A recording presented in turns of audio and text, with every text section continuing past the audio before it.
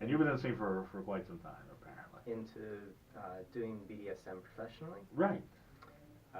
Well, in the late 80s, I was doing piercing performances at different clubs like Club Fuck and a bunch of other clubs around here in Los Angeles. Yeah, I thought you were gonna say Poison videos, but oh, it's been almost 30 years now. Yes. Wow, Yeah. Club Fuck, I've heard their legends. Oh yeah, pretty amazing, a lot of fun, really inspiring stuff happening there for sure. So when you were a child, or when you got into puberty and got into were you always like into this? I mean, how did you discover this S&M and? Well, people slaves ask me and that. bondage? Yeah. You know, how did you get into BDSM? And I think that I was born kinky.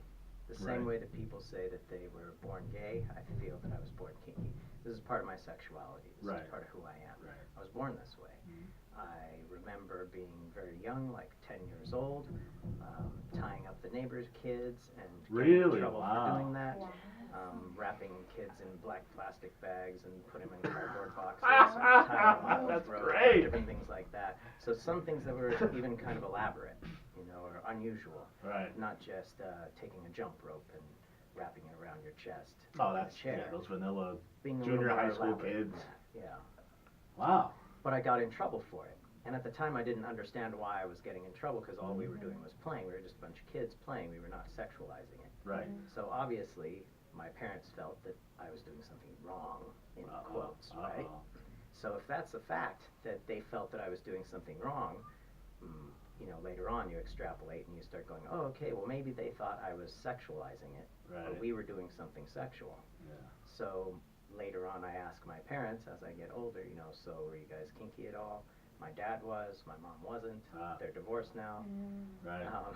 You know, same story, right? Yeah. So, yeah, I think I was born this way, and Yeah. I think that it can be passed down.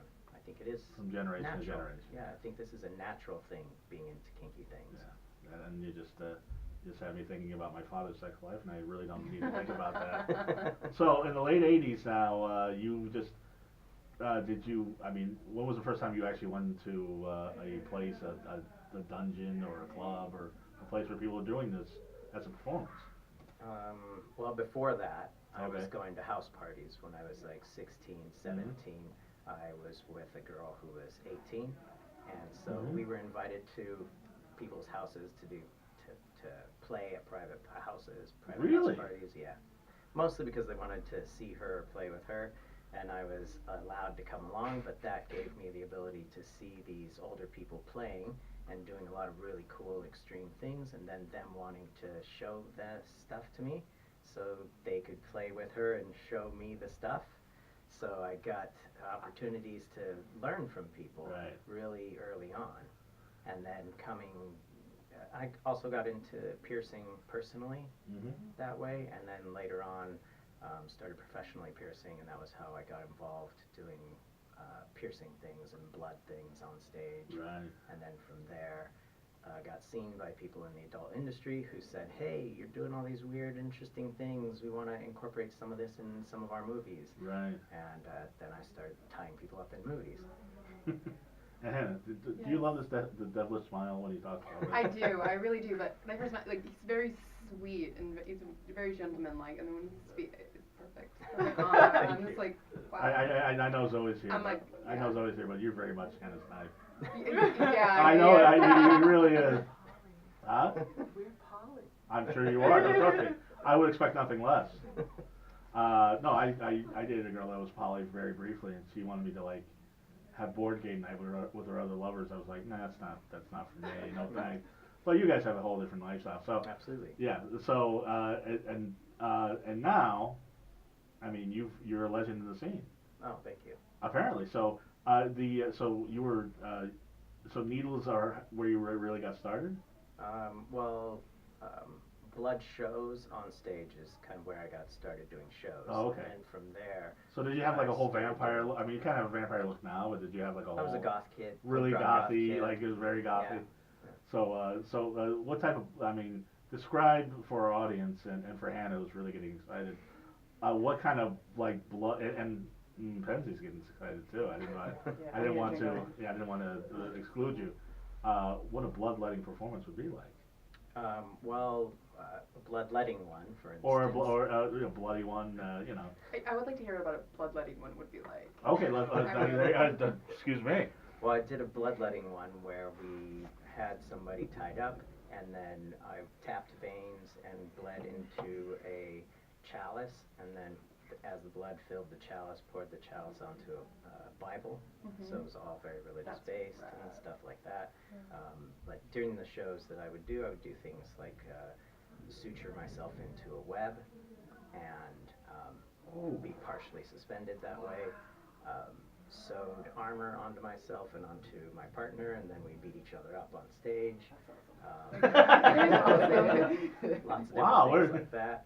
I also did a lot of work with Joey Strange, and I was the person who suspended him while he suspended his bass from him, suspended him while he suspended over 300 feet in the air playing bass with his band. We also did a performance here at, oh man, I'm drawing a blank on the club. If I said the club's name, you guys would know, but numerous clubs down here doing hanging people from hooks, including Matt Zane from Society One. So lots of different things that were around music and blood and hooks and BDSM, and keep going from there. Oh, yeah, no, and Matt's been on the show. Matt's great. Yeah, he's great. He's talking about it, yeah. Yeah. And this was before hooks and suspension was, I wouldn't say it's mainstream now, but it was looked on back then as like really, really strange. Now it's a little more mainstream. And very new. People really didn't see it. If they did see it, they saw things like Guinness Book of World Records, which I've participated in 5 different Guinness Book of World Records. Oh, please tell us. What are your world records? I gotta hear that. Well, I helped with the hook suspension hanging Joey Strange from the helicopter over the Hollywood sign, and so he flew over the Hollywood sign. It was really amazing. Yeah, he loves that. That's like now that's delicate work. Yeah, yeah. It's really unique. Well, I mean, you know, if you fuck up. Oh yeah. he drops like 300 feet. Well, as we were setting everything up, we raised him up, and he started vibrating. Yeah, that's the other thing. Change all the tensions underneath of the helicopter because the helicopter was creating a vortex. Right. Spins and pushes up. The G-force, yeah. Yeah. So we had to change everything to make that work. Wow. Also, when we did the inverted pyramid, which was, I think it was 4 or 5 people across the top, going down to 3 people, down to 1 person. Right. So everybody is holding each other up. There's a lot of mathematical balancing into that as well. Or when we did the transition, we did 5 transitions. Joey Strange transitioned 5 times in a device. So as the device moved and rotated, he would transition into different suspensions, different positions. Oh, really? So all that takes a lot of figuring out anatomy, figuring out mathematics, figuring out how things are going to pull on each other so that way it doesn't cause any harm. Right. And I mean, did you go to medical school?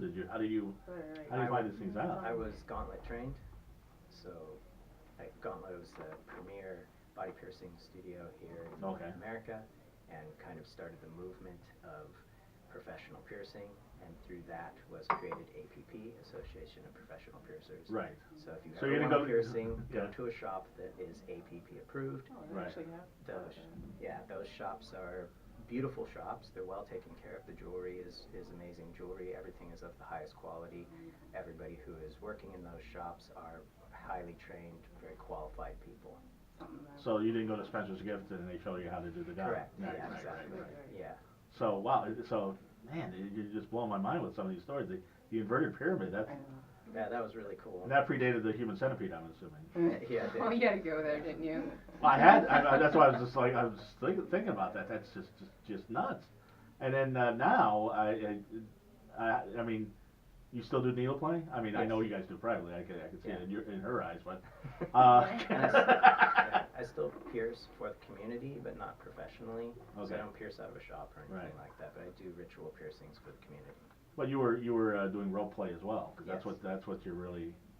That's what I was just researching you, and I only had a couple days to research. There's so much more.